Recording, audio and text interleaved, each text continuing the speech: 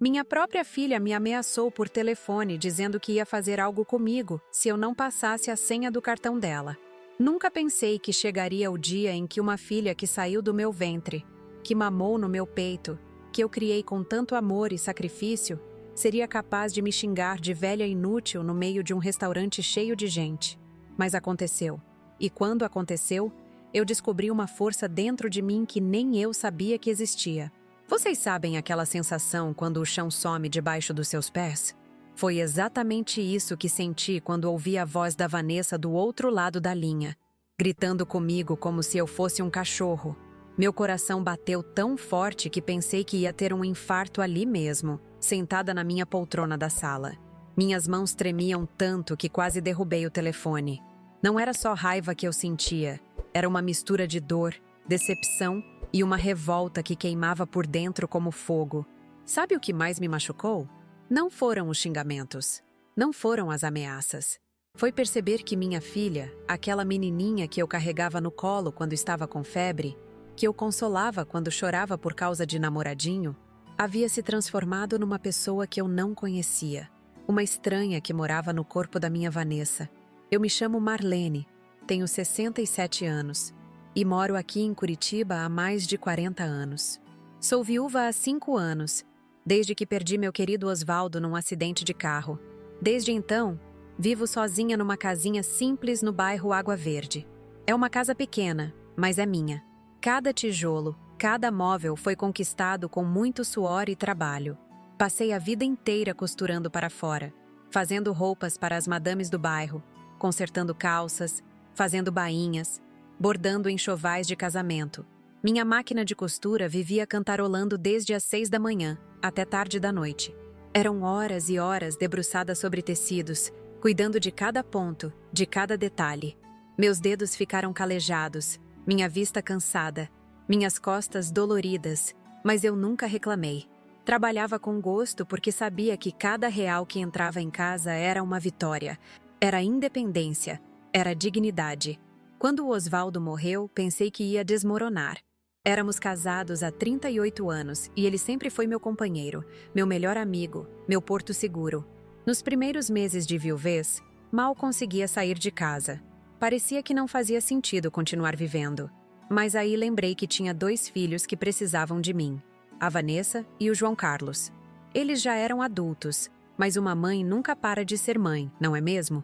A Vanessa sempre foi minha princesinha. Desde pequena era esperta, espevitada. Sabia exatamente como me convencer a dar tudo o que ela queria. Bastava fazer aquela carinha de anjo e eu derretia completamente. O João Carlos, meu caçula, sempre foi mais tranquilo, mais caseiro. Hoje ele é professor de educação física e mora aqui perto. Visita toda semana, me ajuda com as compras pesadas, conserta o que quebra em casa. Já a Vanessa casou há 8 anos com o Bruno. No começo, eu gostava dele. Parecia um rapaz trabalhador, educado, tratava minha filha bem. Trabalha numa oficina mecânica há uns 10 anos e sempre me pareceu honesto. Mas de uns tempos para cá, alguma coisa mudou. Não sei explicar direito o quê, mas eu sentia que tinha algo estranho no ar quando eles vinham me visitar. Depois que fiquei viúva, consegui juntar um dinheirinho. Não era uma fortuna, mas era o suficiente para viver com dignidade. A pensão do Osvaldo, mais a grana que conseguia com os trabalhos de costura, dava para pagar as contas e ainda sobrar um pouco. Sempre fui muito econômica. Nunca gastei com supérfluos. Minha diversão era assistir novela, conversar com as vizinhas, cuidar das plantas do quintal. Há cerca de 8 meses, a Vanessa começou a aparecer aqui em casa com uma frequência diferente. Antes ela vinha nos fins de semana, ficava um pouco, conversava, comia alguma coisa que eu preparava. Agora estava vindo 2, 3 vezes por semana, e sempre com alguma história de problema financeiro. Primeiro foi o remédio do Bruno. Segundo ela, ele estava com uma dor nas costas terrível por causa do trabalho na oficina e precisava de um anti-inflamatório caríssimo.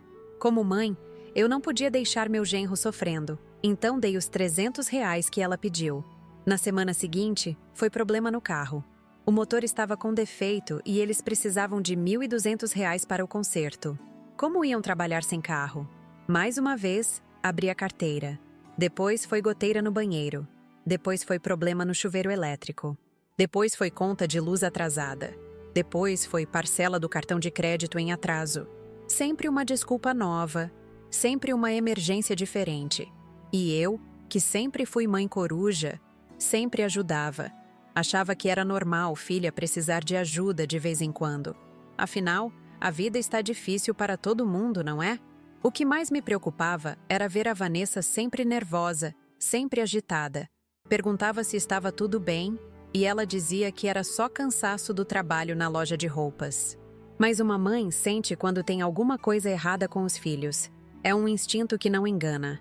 Eu sentia que ela estava escondendo algo de mim. Um dia, estava conversando com a dona Aparecida, minha vizinha de mais de 10 anos. Ela é uma senhora querida, viúva também, e sempre foi muito esperta com essas coisas de tecnologia. Ela me disse que eu devia aprender a usar o aplicativo do banco no celular para acompanhar melhor meus gastos. Confesso que tinha um pouco de medo dessas coisas de internet. Achava muito complicado.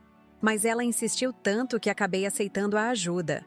Foi numa tarde de quinta-feira que a dona Aparecida veio aqui em casa e me ensinou a baixar o aplicativo. Ela é muito paciente. Explicou tudo direitinho. Como entrar, como ver o saldo, como consultar o extrato.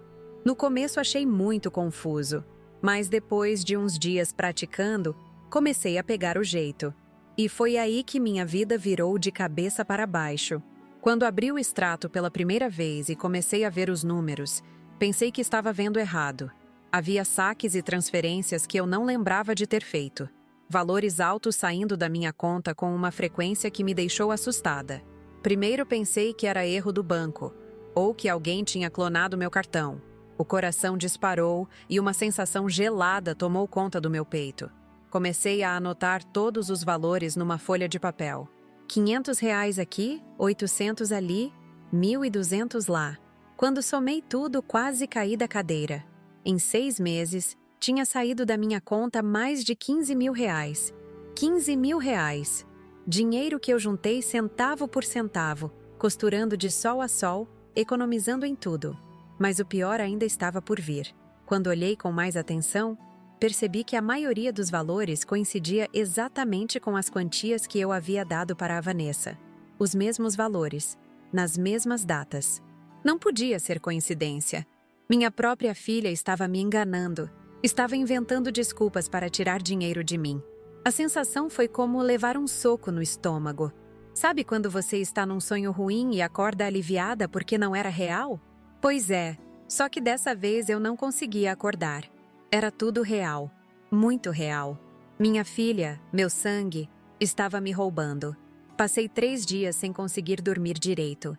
Ficava olhando para o teto do quarto, repassando cada conversa que tivemos, cada pedido de dinheiro, tentando entender onde foi que errei na criação dela.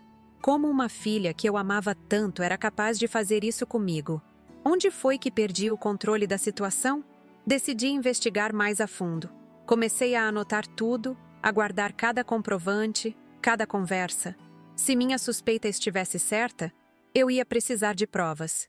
E foi investigando mais que descobri algo ainda pior. Os valores que saíam da minha conta não estavam sendo usados para as emergências que ela inventava. Estavam sendo gastos em sites de apostas online. Apostas online. Imaginem o choque que foi descobrir isso. Minha filha estava tirando dinheiro de mim para sustentar vício em jogo do marido. Como uma mãe descobre uma coisa dessas e continua vivendo normalmente? Como finjo que não sei de nada quando ela vier aqui em casa com a próxima desculpa esfarrapada? Foi nesse momento que tomei uma decisão que mudou tudo. Não ia mais ser a velhinha ingênua que todo mundo pensava. Ia mostrar para esses dois que mexeram com a pessoa errada. Idade pode trazer rugas e cabelos brancos, mas também traz experiência e esperteza. E eu estava só começando a mostrar do que era capaz. Procurei a doutora Fernanda Costa, uma advogada que me foi indicada pela dona Aparecida. Marquei consulta numa manhã de terça-feira e contei tudo para ela. Mostrei os extratos, expliquei a situação toda. Ela me orientou sobre meus direitos e sobre o que eu podia fazer legalmente. Foi ela quem sugeriu que eu cancelasse o cartão adicional da Vanessa sem avisar. No primeiro momento pensei que era muito drástico, afinal, ela ainda era minha filha. Mas a advogada me fez entender uma coisa importante. Não é porque alguém é nosso filho que pode nos desrespeitar e nos prejudicar. Amor de mãe não pode ser confundido com aceitação de abuso. E era isso que estava acontecendo comigo. Eu estava sendo abusada financeiramente pela minha própria filha. Cancelei o cartão numa sexta-feira pela manhã. O gerente do banco, seu Antônio, ficou surpreso porque eu sempre fui uma cliente muito organizada. Expliquei que era uma medida preventiva por questões de segurança. Ele fez tudo rapidinho, sem complicação.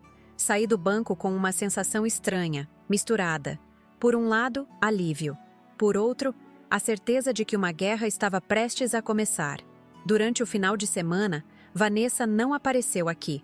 Era estranho, porque geralmente vinha no sábado ou domingo. Parte de mim esperava que ela ligasse, que inventasse mais alguma emergência, que pedisse mais dinheiro. Mas nada.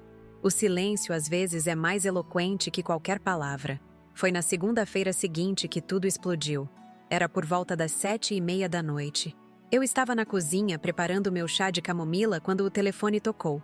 Vi no visor que era a Vanessa e atendi normalmente, sem imaginar o que estava por vir. A voz dela estava completamente alterada. Gritava tanto que tive que afastar o telefone da orelha. Disse que estava num restaurante chique no centro de Curitiba, Os Sabores da Terra, junto com o Bruno e a sogra dele, a dona Conceição. Tinham pedido uma janta cara e na hora de pagar, o cartão não passou. Ela estava passando a maior vergonha na frente de todo mundo. Mas não foram os gritos que me chocaram. Foram as palavras que ela usou. Me chamou de velha inútil. Disse que eu era uma imprestável que só sabia atrapalhar a vida dela. Perguntou se eu havia mudado a senha do cartão e exigiu que eu passasse os números na hora. E quando eu disse que não sabia de senha nenhuma, ela fez a ameaça que ainda ecoa na minha cabeça. Antes que eu faça algo com você. Nesse momento eu tive certeza de duas coisas. Primeiro, minha filha havia perdido completamente o controle e o respeito por mim. Segundo, eu não ia deixar barato.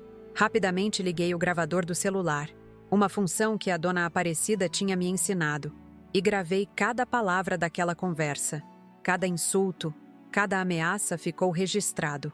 Desliguei o telefone e fiquei em silêncio por alguns minutos, tentando processar o que havia acabado de acontecer. Minha filha tinha me ameaçado. Minha própria filha, a mesma que eu ninava no colo quando era bebê, que levava no médico quando estava doente, que acordava de madrugada para dar remédio quando tinha febre. Mas sabe o que mais me impressionou naquele momento? Eu não chorei. Não senti pena de mim mesma. Pelo contrário, senti uma determinação que não sentia há anos. Era como se tivesse acordado de um sonho longo e confuso. Pela primeira vez em muito tempo, eu sabia exatamente o que precisava fazer. A partir daquela ligação, não havia mais volta. A guerra estava declarada. E se eles achavam que iam enfrentar uma velhinha indefesa, estavam muito enganados. Iam descobrir que 67 anos de vida ensinam muito mais do que eles imaginavam. Iam aprender que subestimar uma mulher experiente é um erro que pode custar muito caro. Me contem nos comentários de onde vocês estão assistindo esse vídeo. Quero saber se existem outros pais e mães por aí passando pela mesma situação que eu passei. E não esqueçam de se inscrever no canal Vingança do Dia, porque vocês ainda não viram nada do que aconteceu depois dessa ligação. A história mal começou, e eu garanto que vocês não vão conseguir parar de assistir até saber como tudo terminou. O que eu fiz no dia seguinte foi algo que nem eu sabia que era capaz de fazer. Levantei às 5:30 da manhã, fiz meu café bem forte e sentei na mesa da cozinha com uma folha de papel em branco e uma caneta.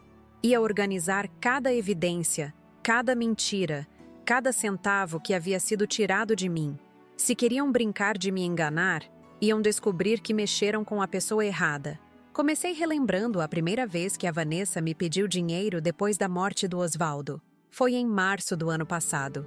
Ela chegou aqui chorando, dizendo que o Bruno estava com dor nas costas há semanas e não conseguia trabalhar direito. O médico havia receitado um anti-inflamatório específico que custava R$ 300 e eles não tinham condições de comprar. Lembro que meu coração apertou vendo minha filha daquele jeito, desesperada. Naquele momento, Não hesitei nem um segundo. Peguei o dinheiro da gaveta onde guardo as economias e entreguei para ela. Vi o alívio no rosto da Vanessa e pensei comigo mesma: que bom poder ajudar minha família quando precisam. Que ingênua eu era. Se soubesse que aquele era apenas o começo de uma farsa elaborada, teria agido de forma completamente diferente. 2 semanas depois, ela voltou. Dessa vez era o carro. Segundo ela, o motor estava fazendo um barulho estranho, e o mecânico disse que se não consertasse logo, podia estragar tudo. Precisavam de R$ 1.200 urgentemente. O Bruno estava desesperado porque dependia do carro para trabalhar, e eles não podiam perder a renda. Confesso que dessa vez pensei um pouco antes de dar o dinheiro. R$ 1.200 não é pouca coisa para quem vive de pensão. Mas a Vanessa estava tão aflita, falando que iam ficar sem conseguir trabalhar, que acabei cedendo novamente. Ela me agradeceu tanto, disse que ia me pagar assim que as coisas melhorassem. Promessas que nunca se cumpriram. Em abril vieram mais problemas. A geladeira da casa deles havia pifado e todos os alimentos estragaram. Precisavam comprar uma nova com urgência, senão iam ter prejuízo maior ainda. R$ 800 para uma geladeira usada que o Bruno havia encontrado. Novamente, lá fui eu abrir a carteira. Minha reserva de emergência estava diminuindo rapidamente, mas eu justificava pensando que era temporário, que logo eles se estabilizariam. Maio trouxe a história do chuveiro elétrico queimado. Junho foi a vez da conta de luz atrasada que ia ser cortada. Julho foi problema no banheiro, goteira que estava causando infiltração. Agosto foi parcela do cartão de crédito em atraso que podia sujar o nome deles. Setembro foi remédio para a pressão alta da sogra do Bruno. Sempre uma emergência nova, sempre uma justificativa que parecia razoável. O que mais me impressiona olhando para trás é como eu aceitava tudo sem questionar. Parecia que tinha virado rotina. Vanessa chegava preocupada, contava o problema, eu dava o dinheiro, ela agradecia e ia embora prometendo que era a última vez. Mas nunca era a última vez. Sempre aparecia algo novo na semana seguinte. Durante todos esses meses, percebi mudanças no comportamento dela que agora fazem muito sentido. A Vanessa sempre foi uma pessoa tranquila, falava devagar, pensava antes de falar. Mas de uns tempos para cá estava sempre agitada, falava rápido, mexia as mãos constantemente, olhava para o celular a cada 5 minutos. Quando eu perguntava se estava tudo bem, ela dizia que era só cansaço do trabalho. Também notei que ela evitava falar sobre o Bruno. Antes, ela sempre comentava sobre o trabalho dele, os colegas da oficina, os carros que ele consertava. Agora, quando eu perguntava como ele estava, a resposta era sempre a mesma: está bem, trabalhando muito. E mudava de assunto rapidamente, como se não quisesse falar sobre o marido. Outra coisa estranha era a pressa. Antigamente, quando a Vanessa vinha me visitar, ficava horas conversando, tomava café, comia alguma coisa que eu preparava, assistia um pouco de televisão comigo. Agora chegava já falando sobre o problema financeiro, pegava o dinheiro e saía correndo, sempre com alguma desculpa de compromisso urgente. O João Carlos, meu filho caçula, também começou a notar que tinha algo diferente com a irmã. Num domingo que viemos juntos aqui em casa, ele me disse: "Mãe, a Vanessa está estranha. Parece que está sempre preocupada com alguma coisa, mas não fala o que é." Eu tentei defender ela. Disse que devia ser fase, que casamento tem altos e baixos. Mas no fundo sabia que meu filho estava certo.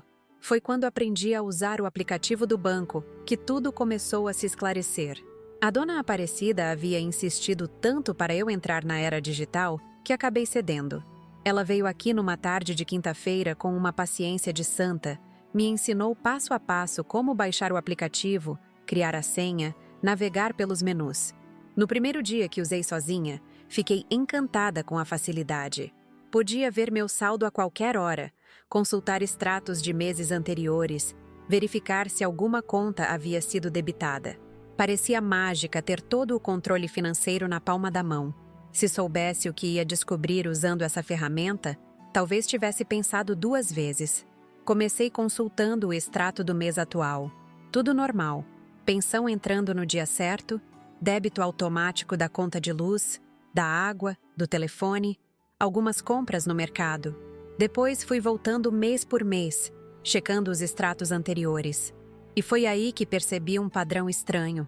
Sempre que eu dava dinheiro para a Vanessa, no extrato aparecia um saque ou transferência no valor exato, geralmente no mesmo dia ou no dia seguinte. No começo pensei que era coincidência. Afinal, eu estava tirando dinheiro da conta para dar para ela. Era natural que aparecesse no extrato. Mas aí percebi algo que me deixou intrigada. Além dos valores que eu lembrava de ter dado para ela, havia outros saques que eu não recordava de ter feito. Valores menores, 200 aqui, 300 ali, sempre em caixas eletrônicos espalhados pela cidade. Comecei a anotar tudo numa folha de papel, organizando por data e valor. Quando terminei a conta, quase desmaiei. Em 8 meses, havia saído da minha conta pouco mais de R$ 18.000. R$ 18.000. Dinheiro que levei anos para juntar, trabalhando de segunda a segunda, costurando até de madrugada quando tinha muito serviço. Dinheiro que guardava com tanto cuidado, sempre pensando em ter uma reserva para emergências da velhice. Mas o pior ainda estava por vir. Decidindo investigar mais a fundo, peguei emprestado o notebook do João Carlos e comecei a pesquisar sobre os locais onde os saques haviam sido feitos.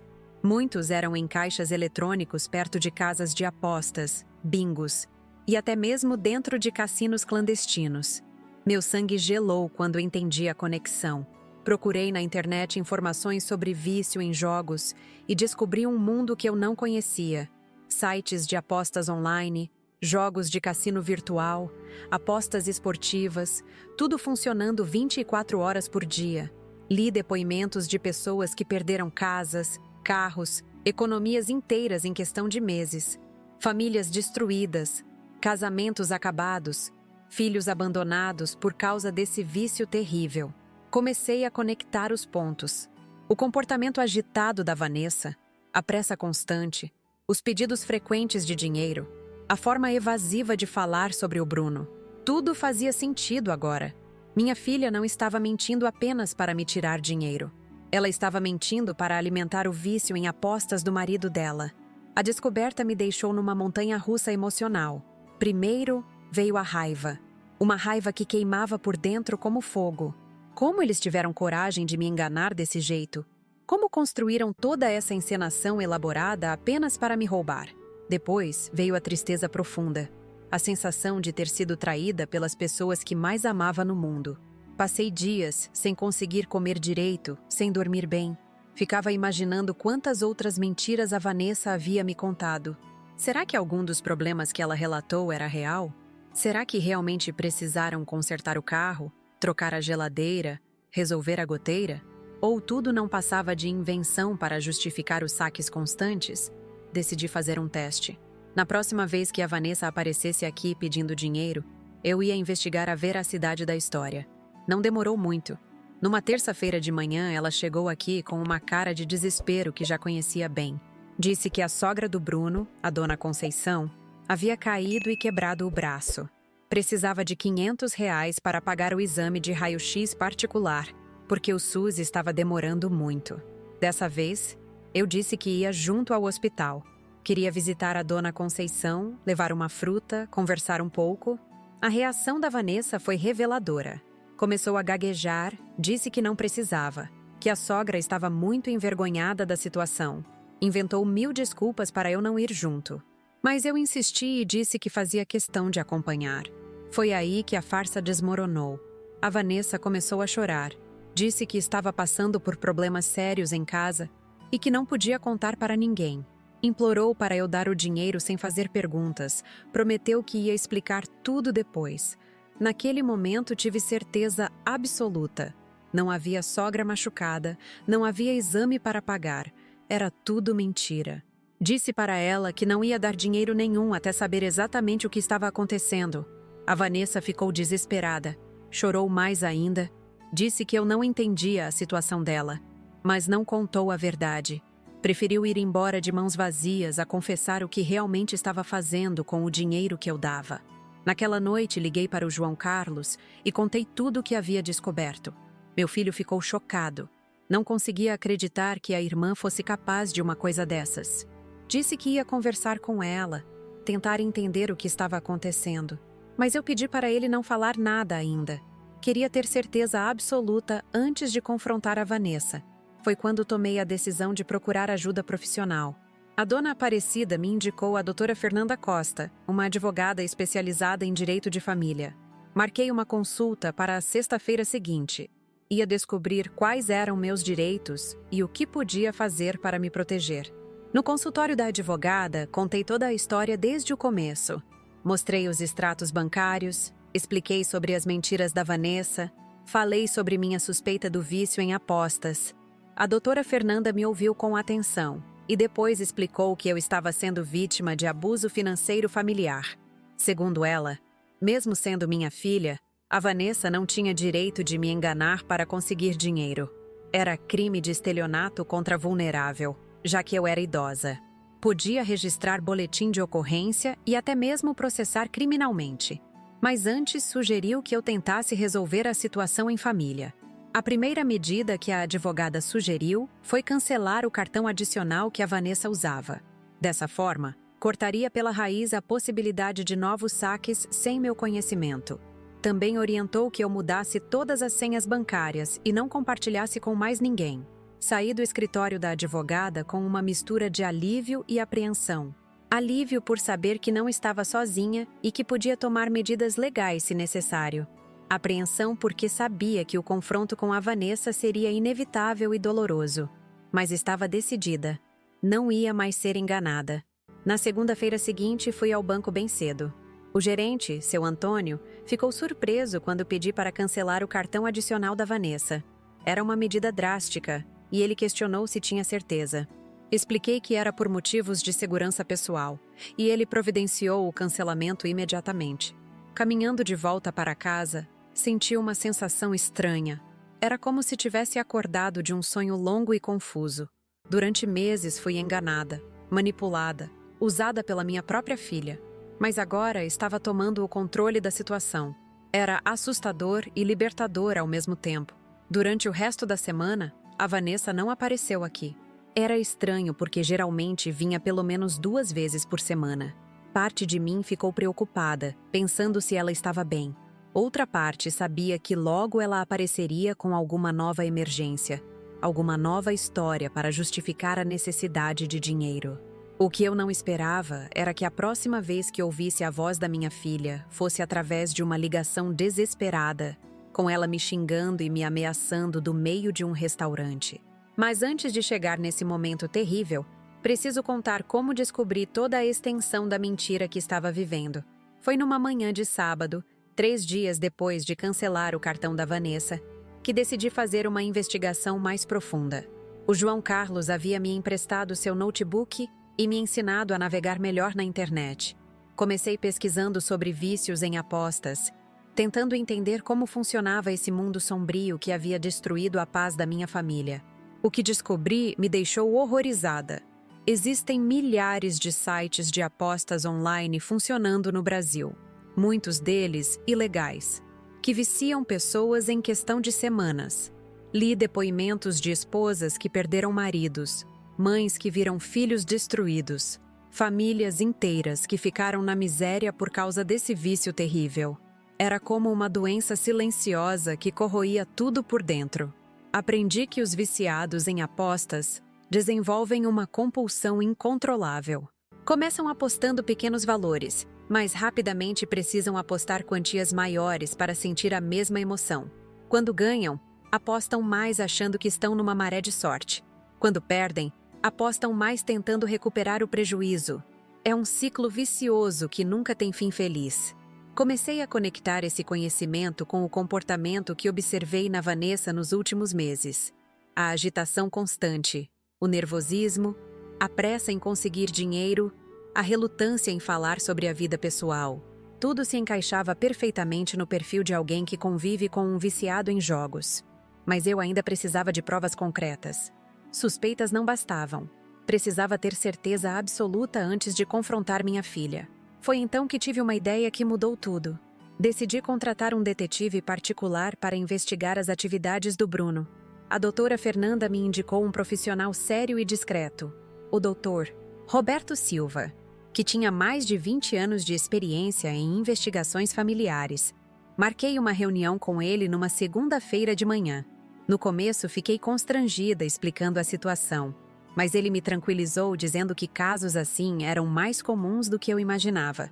O Dr. Roberto pediu informações básicas sobre o Bruno: onde trabalhava, que lugares costumava frequentar, horários habituais.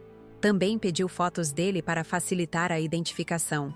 Contratei os serviços por uma semana, tempo suficiente para mapear a rotina dele e descobrir se minhas suspeitas procediam. Enquanto aguardava os resultados da investigação, minha vida virou um tormento. Não conseguia me concentrar em nada. Ficava imaginando cenários, repassando conversas que tive com a Vanessa, tentando lembrar sinais que pudesse ter perdido. O pior era manter a aparência de normalidade, agir como se nada estivesse acontecendo. Durante essa semana, a Vanessa apareceu aqui 2 vezes. Na primeira, inventou uma história sobre problema na escola do sobrinho do Bruno, que precisava de uniforme novo urgentemente. Na segunda, disse que a geladeira havia quebrado novamente e eles precisavam comprar peças para o conserto. Em ambas as ocasiões, eu disse que estava com dinheiro contado e não podia ajudar no momento. A reação dela foi reveladora. Ficou visivelmente irritada. Começou a questionar por que eu estava sendo mão fechada de repente.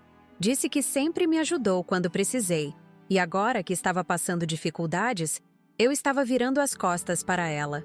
A manipulação emocional era tão óbvia que cheguei a sentir nojo. Na sexta-feira, recebi a ligação do Dr. Roberto pedindo para nos encontrarmos no escritório dele. Disse que tinha informações importantes para me passar. O coração disparou quando ouvi essas palavras. Parte de mim ainda torcia para que minhas suspeitas estivessem erradas, que houvesse uma explicação inocente para tudo. Cheguei ao escritório do detetive numa manhã ensolarada que contrastava com a tempestade que se formava na minha cabeça.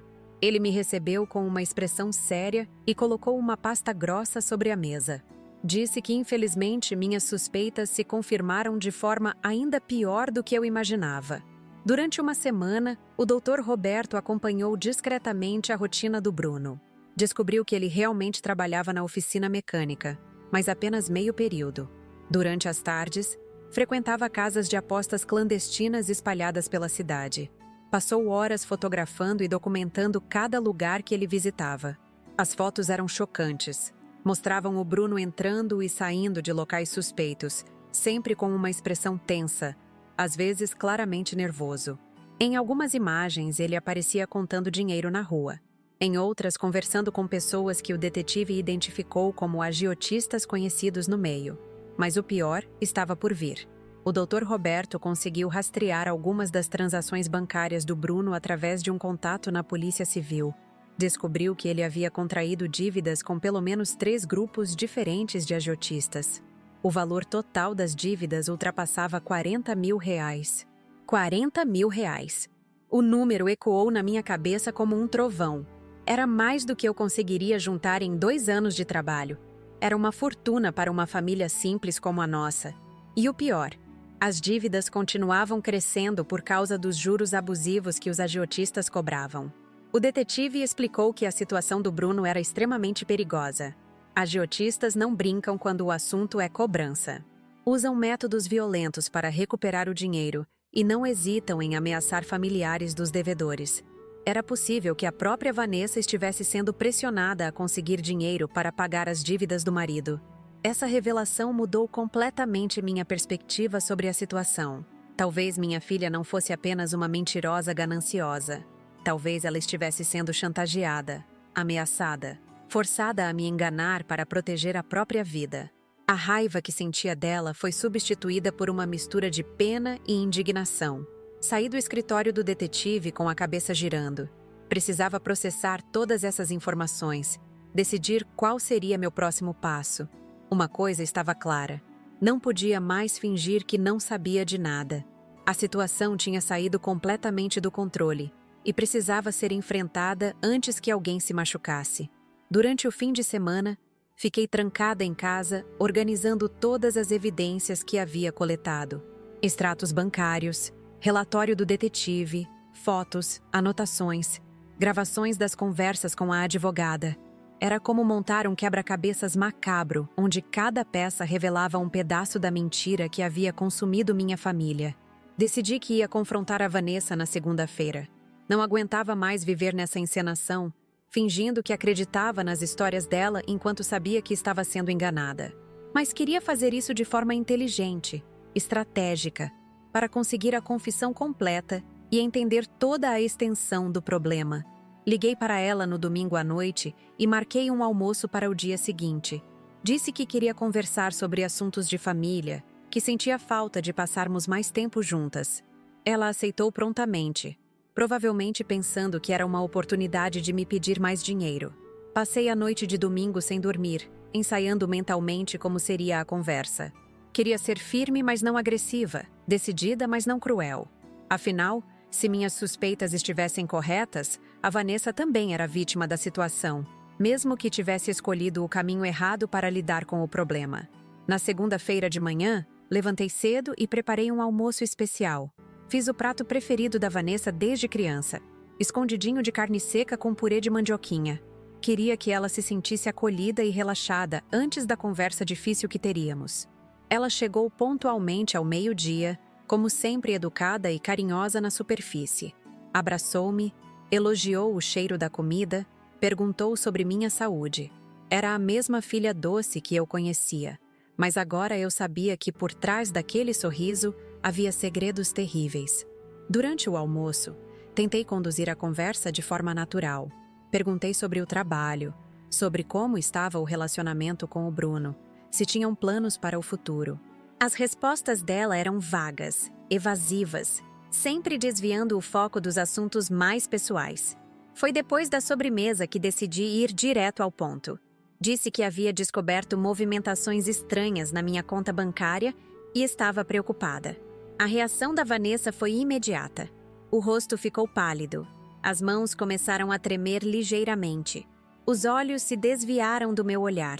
Comecei mostrando os extratos bancários, apontando os valores que coincidiam com o dinheiro que eu havia dado a ela. Expliquei que havia percebido um padrão e estava tentando entender o que estava acontecendo. A Vanessa tentou justificar. Disse que realmente havia usado o dinheiro para as emergências que relatou. Foi então que coloquei as cartas na mesa.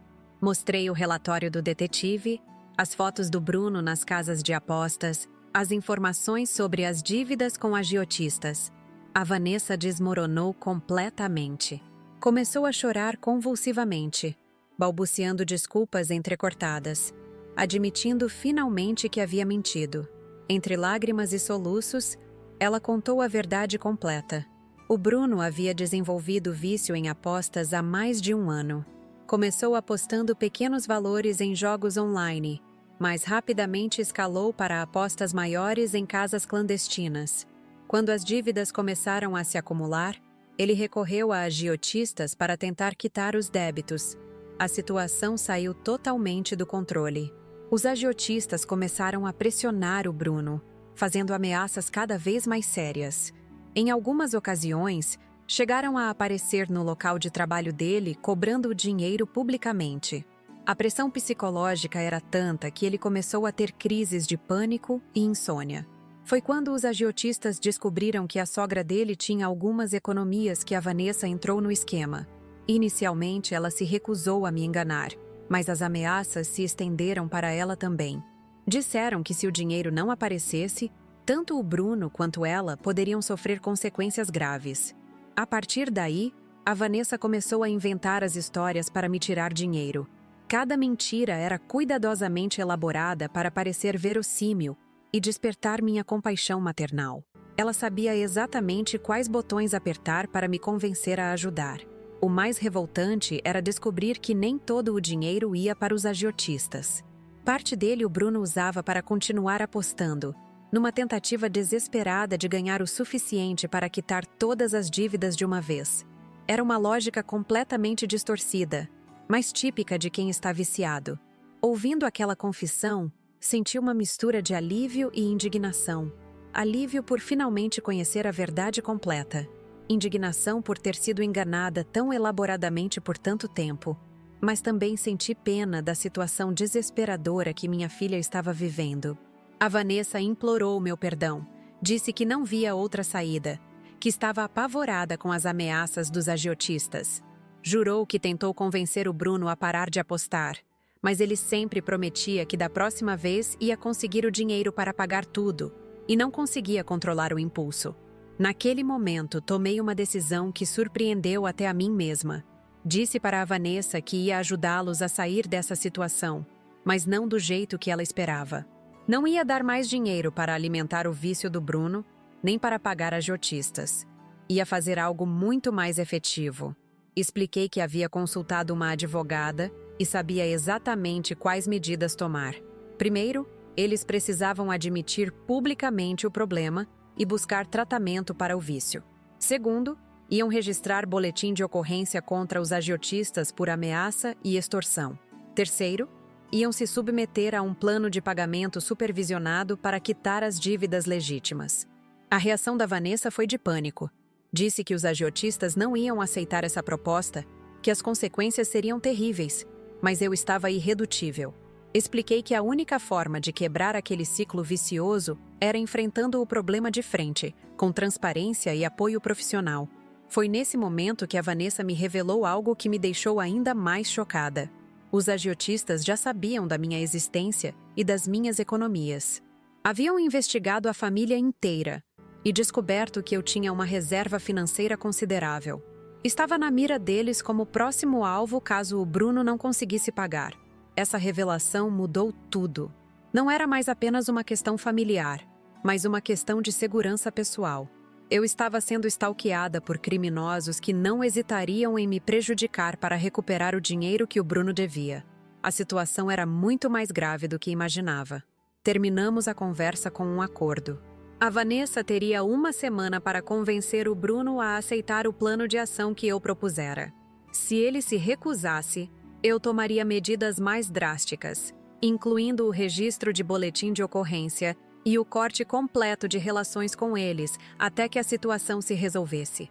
Ela saiu de casa ainda chorando, mas visivelmente aliviada por ter finalmente contado a verdade. Eu fiquei sozinha na cozinha, olhando para os pratos sujos do almoço, tentando processar tudo o que havia descoberto. Em poucas horas, minha vida havia mudado completamente mais uma vez. Agora eu sabia que a guerra não era apenas contra a mentira da minha filha, mas contra um sistema criminoso que ameaçava toda a minha família.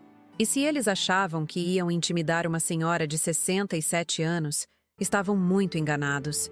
Ia mostrar para esses bandidos que mexeram com a pessoa errada. Mas o que aconteceu na semana seguinte ultrapassou todas as minhas expectativas. A ligação desesperada da Vanessa do restaurante foi apenas o começo de uma escalada que ninguém poderia prever.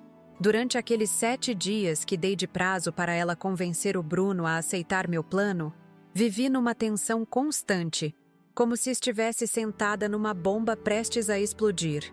Os primeiros 3 dias foram de silêncio absoluto.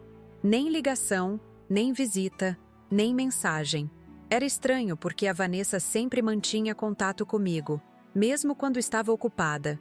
Comecei a ficar preocupada, imaginando se ela havia contado tudo para o Bruno e se eles estavam planejando alguma reação contra mim.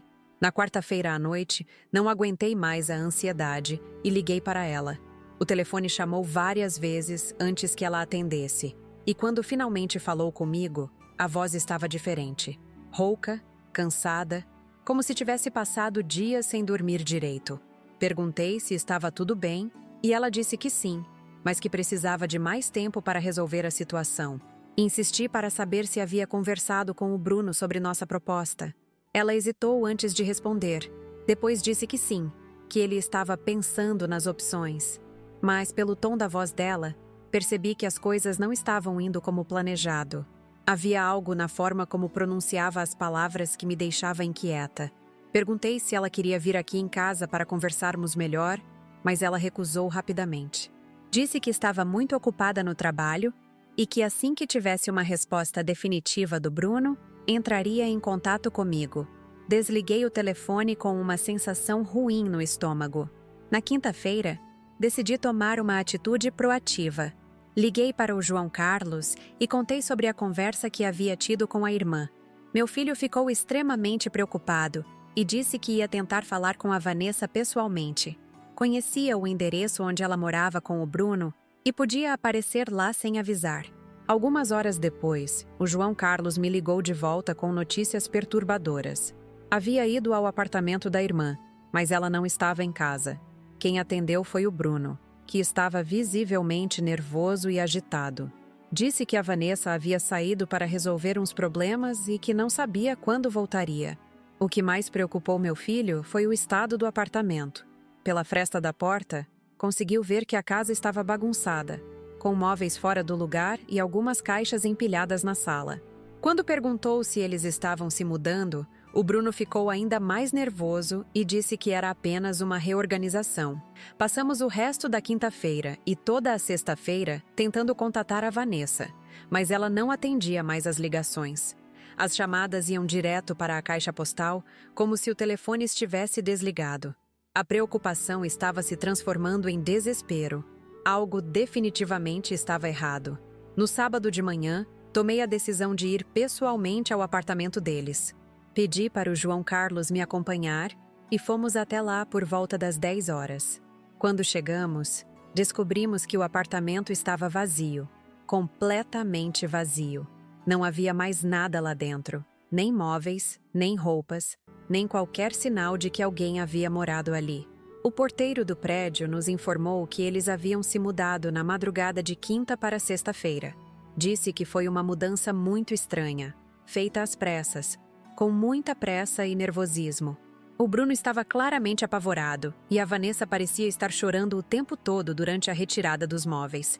Naquele momento entendi que minha estratégia havia saído pela culatra. Ao invés de resolver a situação, havia forçado eles a fugir. Provavelmente os agiotistas haviam aumentado a pressão quando souberam que eu estava ciente do esquema, e eles decidiram desaparecer antes que as coisas piorassem ainda mais. Voltei para casa arrasada, me sentindo culpada por ter precipitado a fuga da minha filha. Talvez, se eu tivesse abordado a situação de forma diferente, mais sutil, eles não teriam entrado em pânico desse jeito. Agora, ela estava sumida, possivelmente em perigo, e eu não sabia nem por onde começar a procurar. O domingo foi um dos dias mais longos da minha vida.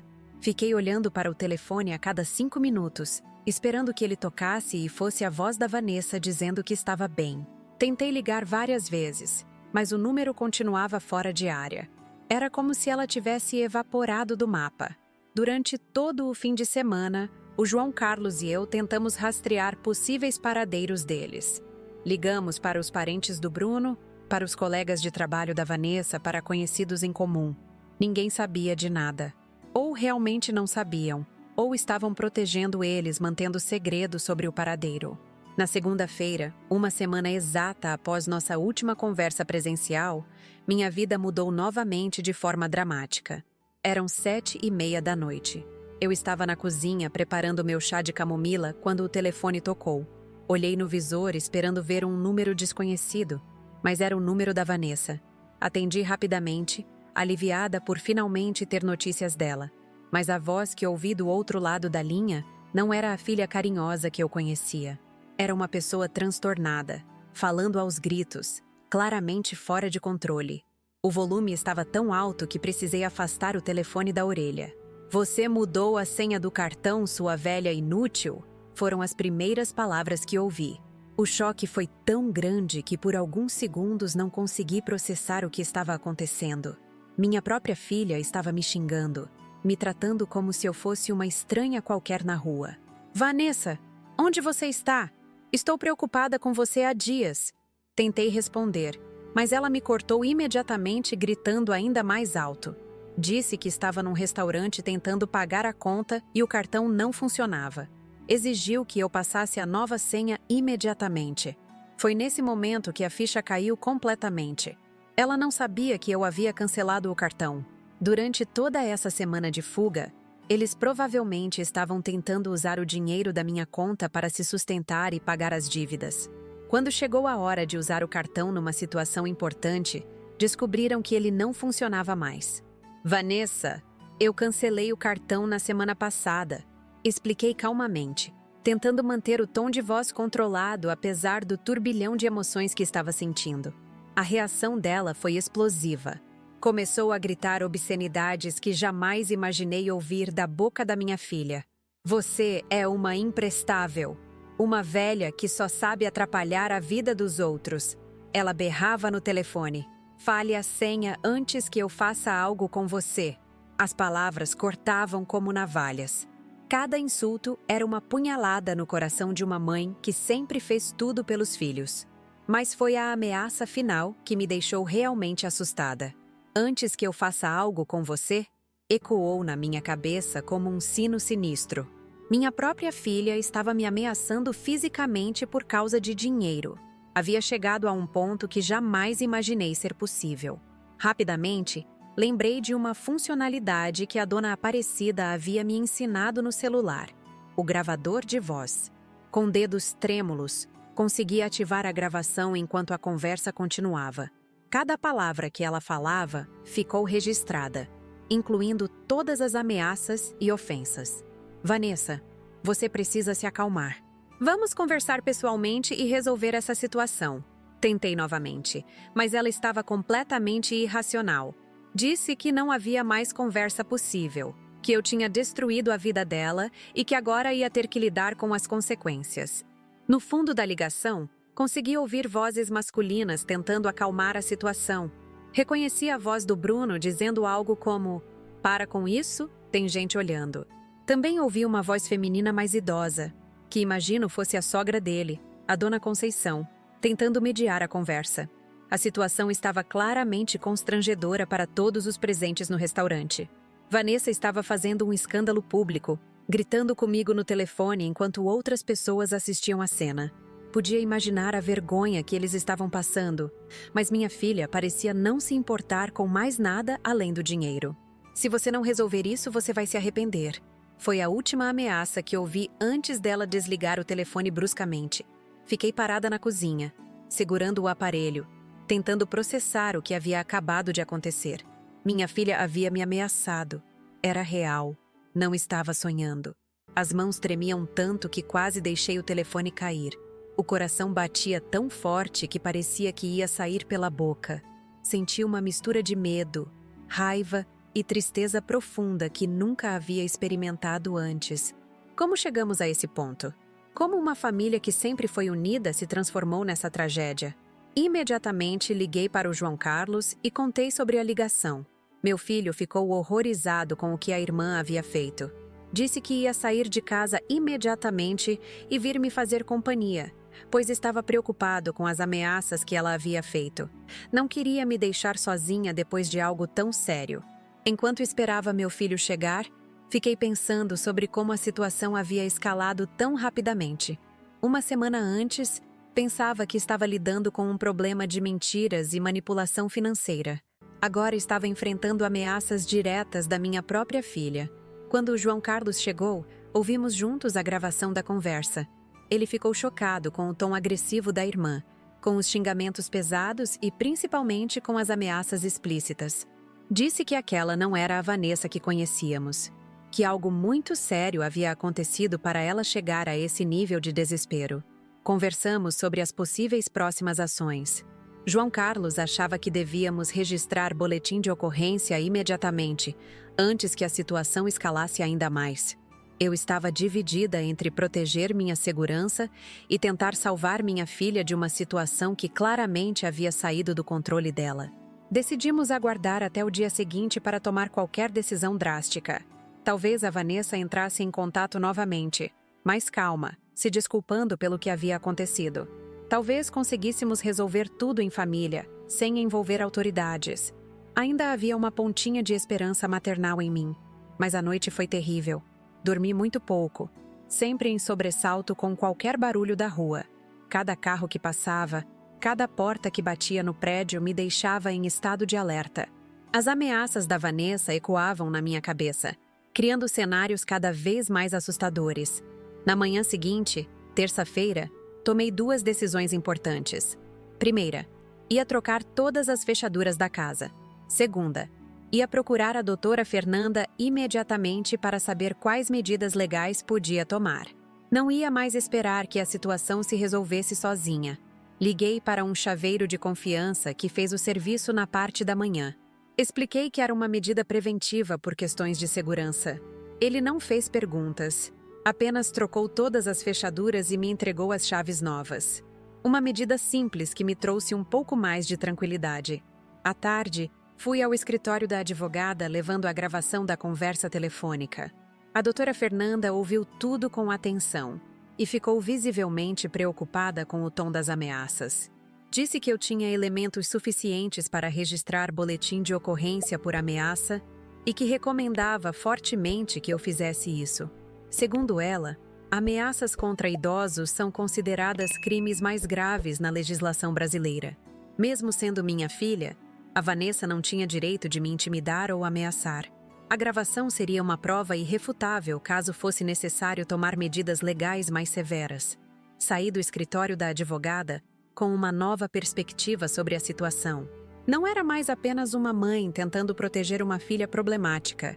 Era uma cidadã sendo ameaçada por uma pessoa que havia perdido completamente o controle. E como cidadã, tinha direitos que precisavam ser defendidos. Mas ainda não estava preparada para dar esse passo final. Resolvi aguardar mais alguns dias, dando uma última chance para que a Vanessa entrasse em contato se desculpando e propondo uma solução pacífica. Se isso não acontecesse, tomaria todas as medidas legais necessárias para me proteger. O que eu não sabia era que o próximo encontro com minha filha seria ainda mais dramático e revelador, e que finalmente chegaria o momento de mostrar todas as cartas que eu tinha na manga. O que eu não sabia era que o próximo encontro com minha filha seria ainda mais dramático e revelador, e que finalmente chegaria o momento de mostrar todas as cartas que eu tinha na manga. Foram apenas 2 dias de espera antes que a situação explodisse de vez. Na quinta-feira pela manhã, estava regando as plantas do quintal quando ouvi batidas violentas no portão. Não eram batidas normais de visita. Eram socos dados com força, acompanhados de gritos que reconheci imediatamente. Era a voz do Bruno, alterada e furiosa, exigindo que eu abrisse a porta. Meu primeiro impulso foi fingir que não estava em casa, mas eles claramente sabiam que eu estava porque meu carro estava na garagem. As batidas ficaram mais intensas e começaram a gritar meu nome, fazendo um escândalo que com certeza estava incomodando toda a vizinhança. Dona Marlene, abra essa porta agora! A senhora vai ter que explicar o que fez com a gente! Berrava o Bruno do lado de fora. A senhora destruiu nossa vida! Gritava a Vanessa em seguida.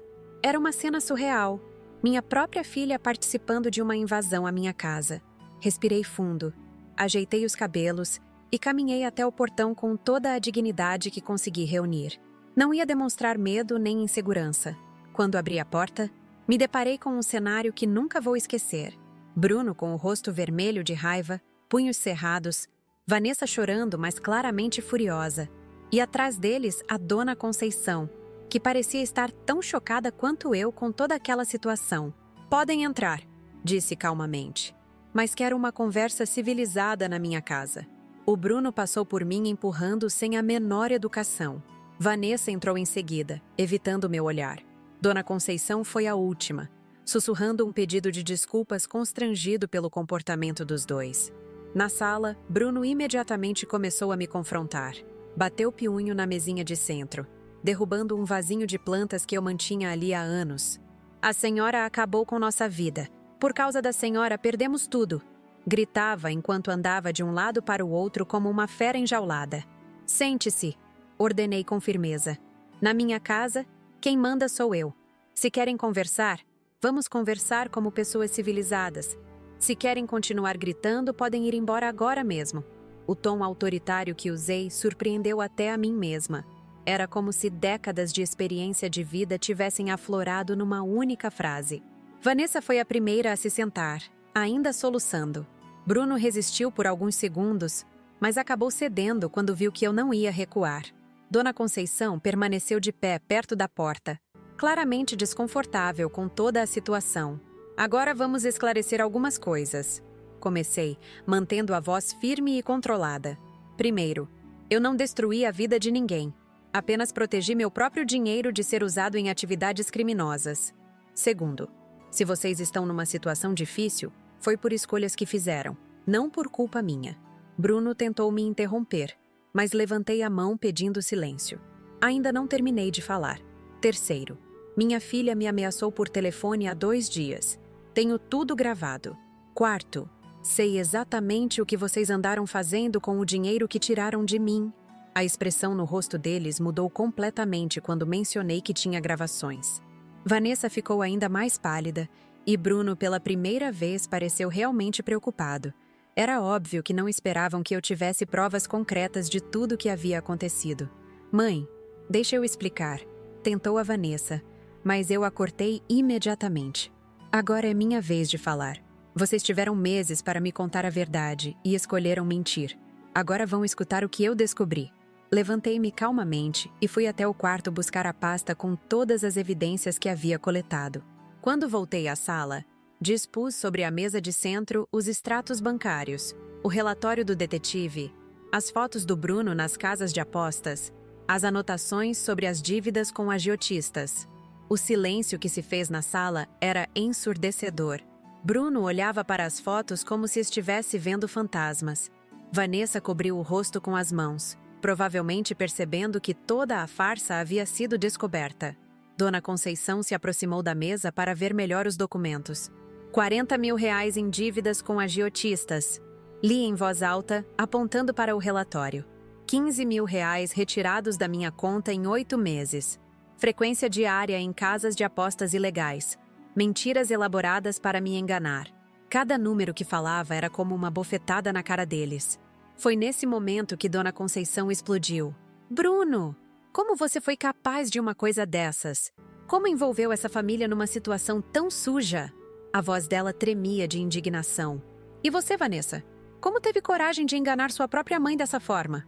Bruno tentou se defender, falando sobre o vício, sobre como não conseguia parar de apostar, sobre a pressão dos agiotistas.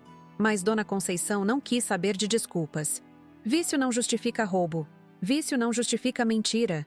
Vocês escolheram o caminho mais fácil ao invés de enfrentar o problema. Vanessa começou a chorar mais alto, pedindo desculpas repetidamente. Mãe, eu não sabia mais o que fazer. Eles ameaçavam a gente todo dia.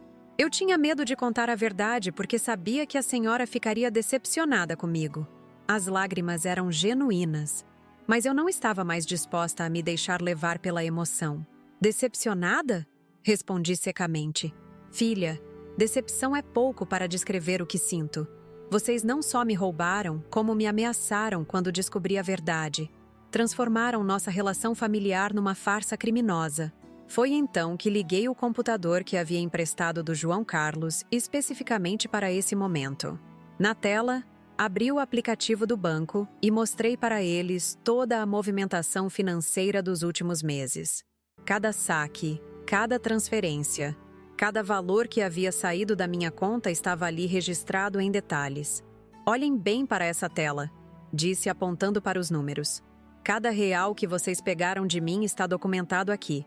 Não existe negação possível. Não existem mais mentiras que sustentem essa farsa. A tecnologia que antes me assustava agora era minha maior aliada na busca pela verdade. Bruno ficou visivelmente nervoso vendo toda a evidência organizada dessa forma. Começou a gaguejar tentando explicar que ia devolver tudo, que havia aprendido a lição, que nunca mais ia apostar. Mas suas palavras soavam vazias depois de meses de promessas quebradas. Agora vou explicar o que vai acontecer a partir de hoje. Continuei, assumindo total controle da situação. Primeiro, vocês vão procurar tratamento profissional para o vício em apostas. Já pesquisei e existem grupos de apoio gratuitos aqui em Curitiba. Segundo, vão registrar boletim de ocorrência contra os agiotistas que os ameaçaram. Dona Marlene, se a gente fizer isso, eles vão se vingar, protestou Bruno desesperadamente. Esses caras não brincam em serviço. Mas eu já tinha pensado nessa objeção. Por isso mesmo vocês vão fazer. Enquanto vocês continuarem fugindo e se escondendo, eles sempre vão ter poder sobre vocês. Terceiro, continuei implacavelmente, Vocês vão estabelecer um plano de pagamento para me devolver cada centavo que tiraram de mim, com juros. Quarto, vão me dar acesso completo às contas bancárias de vocês para eu acompanhar onde cada real está sendo gasto. A cara de espanto no rosto deles era quase cômica.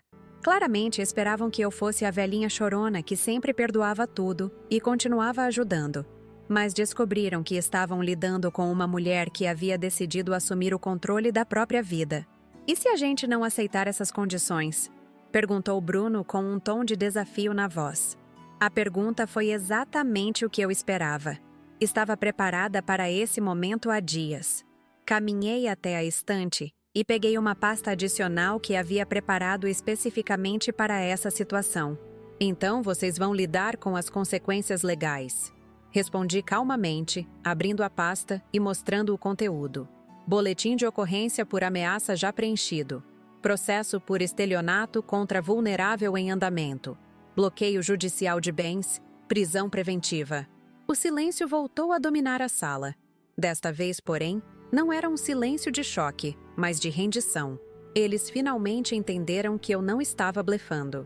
Havia me preparado para todas as possibilidades e estava disposta a ir até as últimas consequências.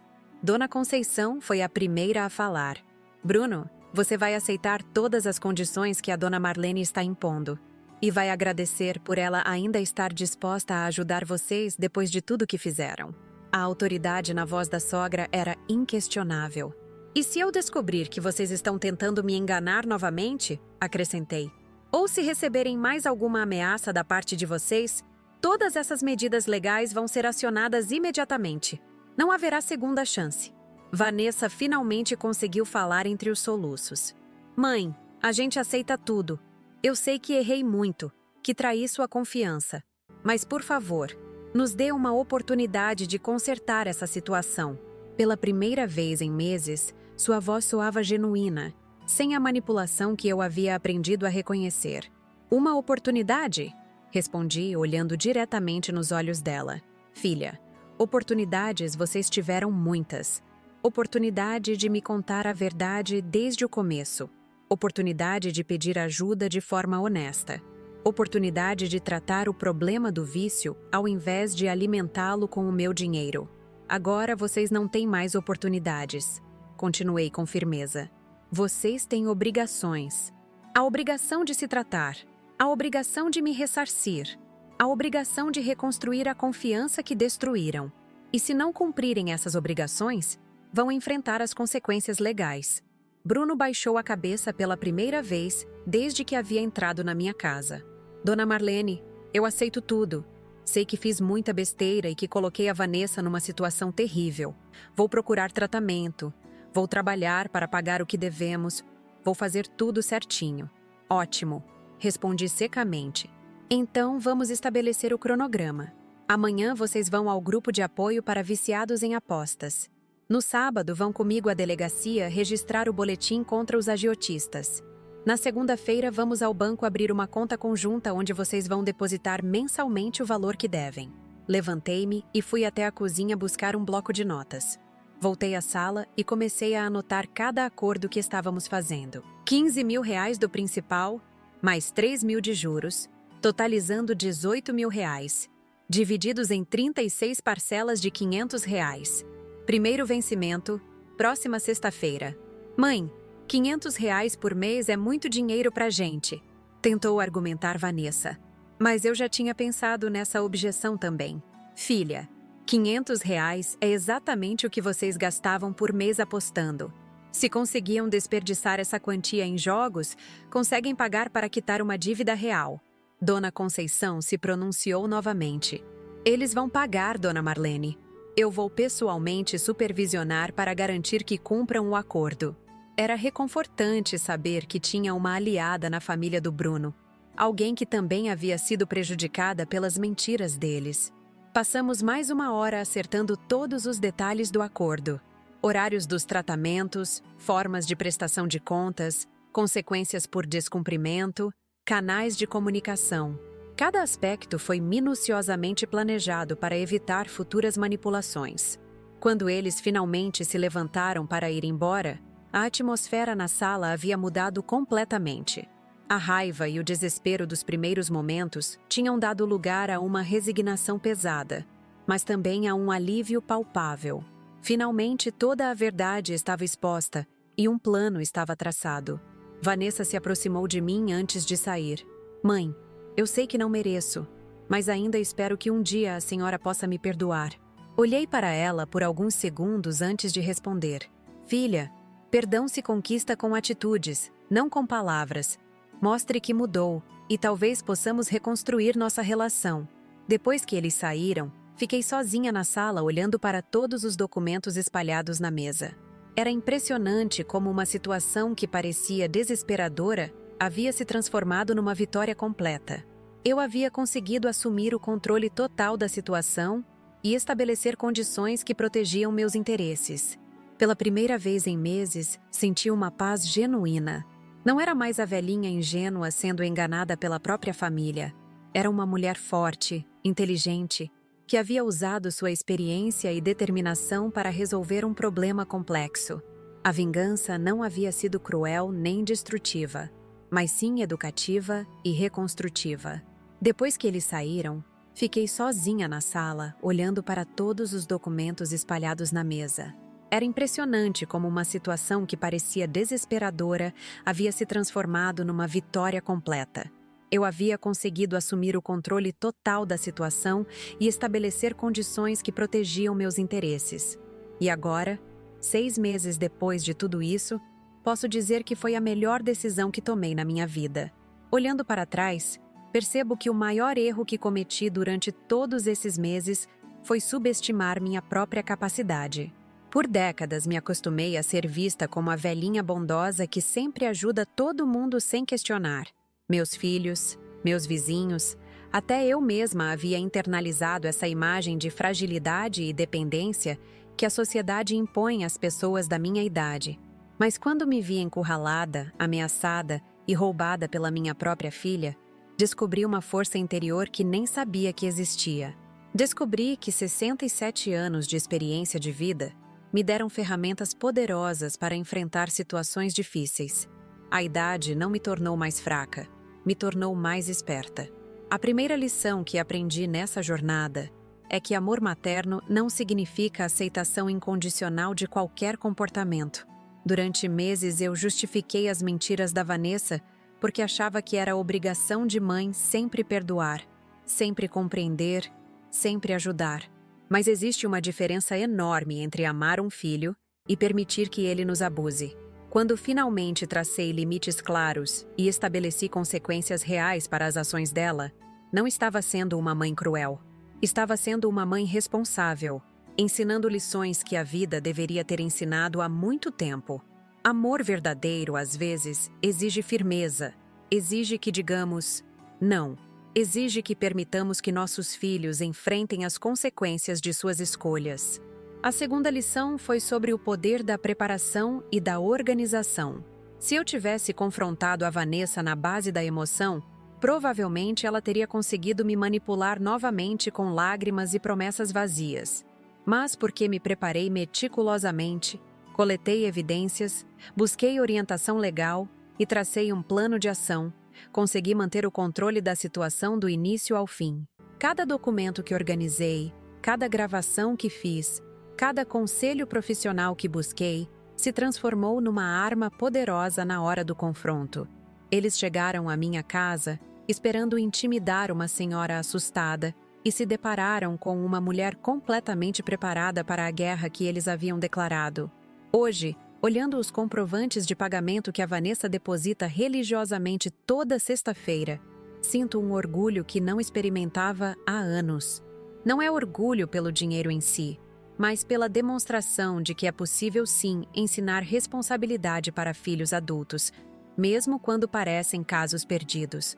O Bruno completou 6 meses no grupo de apoio para viciados em apostas e pela primeira vez em anos está com as contas em dia. Não aposta mais, trabalha período integral na oficina e ainda faz alguns bicos nos finais de semana para acelerar o pagamento da dívida comigo. A pressão dos agiotistas diminuiu drasticamente depois que registramos o boletim de ocorrência e eles perceberam que não estavam mais lidando com vítimas passivas. A Vanessa mudou completamente de atitude. No começo, percebia que ela cumpria o acordo apenas por medo das consequências legais. Mas com o tempo, começou a demonstrar uma maturidade que não via nela desde a adolescência. Voltou a me tratar com respeito, parou com as manipulações emocionais e, pela primeira vez em anos, nossa relação está sendo construída numa base de honestidade. Dona Conceição se tornou uma grande aliada nesse processo. Ela supervisiona pessoalmente o cumprimento do acordo e me liga toda semana para dar relatórios sobre o comportamento dos dois. Descobriu que também havia sido enganada pelo filho em algumas ocasiões e decidiu aplicar a mesma linha dura que eu apliquei. O mais interessante é observar como a dinâmica familiar mudou completamente depois que assumiu o controle da situação. Antes, eu era vista como a fonte inesgotável de recursos que sempre podia ser manipulada com as desculpas certas. Agora sou respeitada como a matriarca da família, alguém cuja palavra tem peso e cujas decisões são levadas a sério. João Carlos, que sempre foi o filho mais responsável, ganhou ainda mais respeito por mim depois de presenciar como conduzi toda essa situação. Ele me disse várias vezes que não imaginava que eu tinha essa força e essa capacidade de liderança. Nossa relação se fortaleceu muito porque ele viu que sua mãe não era uma pessoa vulnerável que precisava de proteção constante. As mudanças não se limitaram apenas à família. Minha relação comigo mesma se transformou profundamente. Parei de me ver como uma velhinha que incomoda os outros com suas necessidades e opiniões. Passei a me enxergar como uma mulher experiente, sábia, capaz de tomar decisões importantes e enfrentar desafios complexos. Aprendi a usar a tecnologia a meu favor ao invés de temê-la. O aplicativo do banco que antes me assustava se tornou uma ferramenta fundamental para monitorar minha segurança financeira. O gravador do celular me deu poder para documentar conversas importantes. A internet me permitiu pesquisar e me informar sobre assuntos que desconhecia. Também descobri a importância de ter uma rede de apoio profissional. A advogada Fernanda, o detetive Roberto, até mesmo o gerente do banco Antônio, se tornaram aliados fundamentais na minha luta por justiça. Aprendi que pedir ajuda profissional não é sinal de fraqueza, é sinal de inteligência. Uma das transformações mais significativas foi na minha relação com o dinheiro. Durante décadas, tratei minhas economias como algo que existia apenas para ser doado aos filhos sempre que eles alegassem necessidade. Agora entendo que meu dinheiro é fruto do meu trabalho, do meu suor, das minhas privações, e que tenho o direito e a obrigação de protegê-lo. Isso não me tornou uma pessoa mesquinha ou egoísta. Continuo ajudando quem precisa, mas agora faço isso de forma consciente e planejada, não mais como reação emocional a manipulações. Quando ajudo alguém agora, é porque escolhi ajudar, não porque fui enganada ou pressionada. A experiência também me ensinou sobre a importância da documentação e da transparência. Hoje mantenho registros detalhados de todas as minhas transações financeiras. Conservo gravações de conversas importantes e sempre busco colocar acordos por escrito. A organização se tornou minha principal arma contra futuras tentativas de manipulação. Outra lição fundamental foi sobre timing e paciência estratégica. Se eu tivesse confrontado a Vanessa no primeiro momento que descobri suas mentiras, provavelmente não teria conseguido reunir evidências suficientes para sustentar minha posição. Mas porque aguardei o momento certo, me preparei adequadamente e escolhi o timing perfeito para o confronto, consegui resultados muito superiores. Muitas pessoas me perguntam se não sinto remorso por ter sido tão dura com minha própria filha. A resposta é não. Zero remorso. O que sinto é orgulho por ter tido coragem de fazer o que era necessário para proteger minha dignidade e meu futuro. Se eu tivesse continuado permitindo os abusos, provavelmente estaria hoje numa situação muito pior. O interessante é que nossa relação familiar hoje está mais saudável do que estava há anos. Quando os relacionamentos são baseados em mentiras e manipulação, mesmo que existam momentos de aparente harmonia, há sempre uma tensão subterrânea que corrói tudo aos poucos. Agora que tudo está baseado em honestidade e respeito mútuo, conseguimos construir uma convivência genuinamente positiva. Também percebi como é importante não aceitar rótulos que a sociedade tenta nos impor por causa da idade. Quantas vezes ouvi frases como "coitadinha, está ficando velhinha", "não pode mais morar sozinha", "precisa de alguém para cuidar dela". Essas frases aparentemente carinhosas, na verdade, reforçam uma imagem de incapacidade que acaba se tornando profecia autorrealizável. Quando decidi rejeitar essa imagem e assumir o controle da minha própria vida, descobri que tinha muito mais capacidade de ação do que imaginava. A idade me trouxe limitações físicas, isso é verdade, mas também me deu recursos emocionais e intelectuais que não tinha quando era mais nova. A experiência me ensinou a importância de estabelecer e manter limites claros em todos os relacionamentos, não apenas os familiares. Hoje sou muito mais seletiva com as pessoas que permito entrar na minha vida e muito mais firme quando preciso dizer não para solicitações inadequadas. Uma das consequências mais positivas de toda essa situação foi a forma como passei a ser vista na minha comunidade. A história se espalhou entre as vizinhas, e muitas delas vieram me procurar pedindo conselhos sobre situações similares que estavam enfrentando com filhos adultos problemáticos.